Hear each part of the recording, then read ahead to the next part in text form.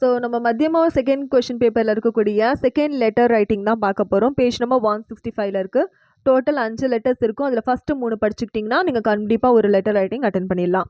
Okay, இப்போ பார்த்தீங்கன்னா சுட்டி அப்படின்னா லீவு, மாங்குதே ஹூவேனா கேட்டு, அப்பனே அதிய பாக்கே அப்படின்னா உங்களோட டீச்சருக்கு, நாம் பர் அப்படின்னா பேரில் ஏக் பத்திர லிக்கியனா ஒரு லெட்டர் எழுதுங்க. சுட்டி மான்கதே ஹூவே அப்பனே அதிய பாக்கே நாம் பர் ஏக் பத்திர லிக்கிய. மைசூர்லேருந்து எழுதுறாங்க, என்ன டேட்னு போட்டாச்சு. அனுப்புனர்னு தமிழில் போடுவோம் இல்லையா, அதுதான் இங்கே வந்து பிரஷாக். ஓகே, பிரஷாக். ஓகே, இப்போ பெருனர்னு சொல்கிறது சேவாமே, சேவாமே அப்படின்னு சொல்லுவாங்க. ஓகே, இப்போ பிரஷாக் யார்? திவாகர் எழுதுறாரு. ஓகே, ஆத்வின் கக்ஷாலேருந்து, கக்ஷா மீன்ஸு கிளாஸ். ஓகே, ஸ்கூல் பேர் சரகாரி ஹை ஸ்கூல் அப்படின்றது எழுதியிருக்காங்க, மைசூர்னு போட்டாச்சு. நீங்கள் உங்களோட டீட்டெயில்ஸை நீங்கள் ஃபில் பண்ணிக்கலாம்.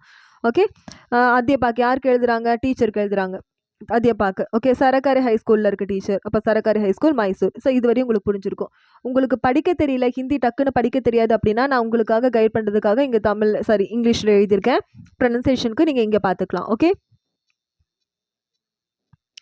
ஓகே, மான்யவர் அத்தியபாக். மான்யவர் அப்படின்னா மதிப்பிற்குரிய அப்படின்னு சொல்லுவாங்க, ரெஸ்பெக்டபிள் டீச்சர் அந்த மாதிரி சொல்லுவாங்க இல்லையா, அதுதான் அது. ஓகே, டீச்சருக்கு எழுதுகிறோம். சாதர் பிரணாம். சாதர் பிரணாம்ன்றது நம்ம எப்பவுமே க்ரீட்டிங்ஸ் பண்ணுவோம்ல டீச்சருக்கு.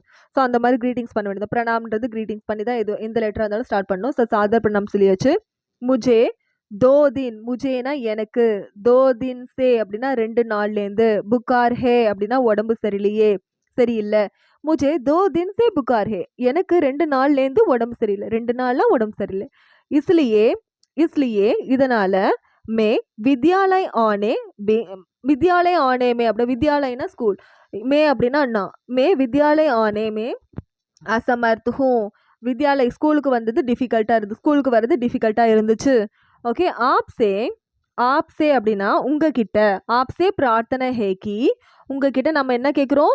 தினோன் 3ஆம் தேதியிலேருந்து 5ஆம் தேதி வரைக்கும், தக்குனா வரைக்கும், ரைக்கும் வரைக்கும்னு அர்த்தம், சேனா லேந்துன்னு அர்த்தம். தினோம் 3லேருந்து 5 வரைக்கும், தீன் தினோன்னு அர்த்தம் 3 டேஸ்க்கு, சுட்டி தேனேக்கே கிருப்பியா கரேன், 3 நாளைக்கு லீவ் கொடுக்கறதுக்கு ட்ரை பண்ணுங்க, கிருப்பியா கரேன் அப்படின்னு சொல்லிட்டு ரெஸ்பெக்டபிளாக கேட்கும். Kindly give me the leave அப்படின்னு சொல்லுவாங்க இல்லையா, அதுதான் அது.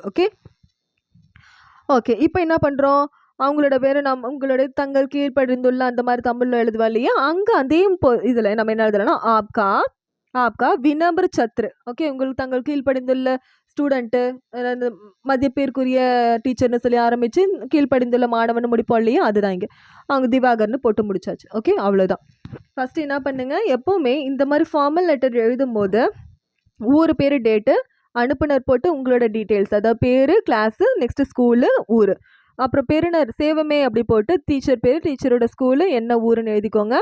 நெக்ஸ்ட்டு எப்போவுமே டீச்சர் யாருக்கு எழுதுகிறோமோ அந்த டீச்சர் பேர் போட்டு பிரணாம் போட்டு தான் ஆரம்பிக்கணும். என்ன டேட்லேருந்து என்ன டேட் வரையும் மென்ஷன் பண்ணணும். தங்கள் கீழ்ப்படிந்துள்ள தமிழில் முடிக்கிற மாதிரி இங்கே ஆப்கே வினம்ருக்கு சத்ருன்னு போட்டு உங்கள் பேரை போட்டு முடிச்சிடணும். ஓகே.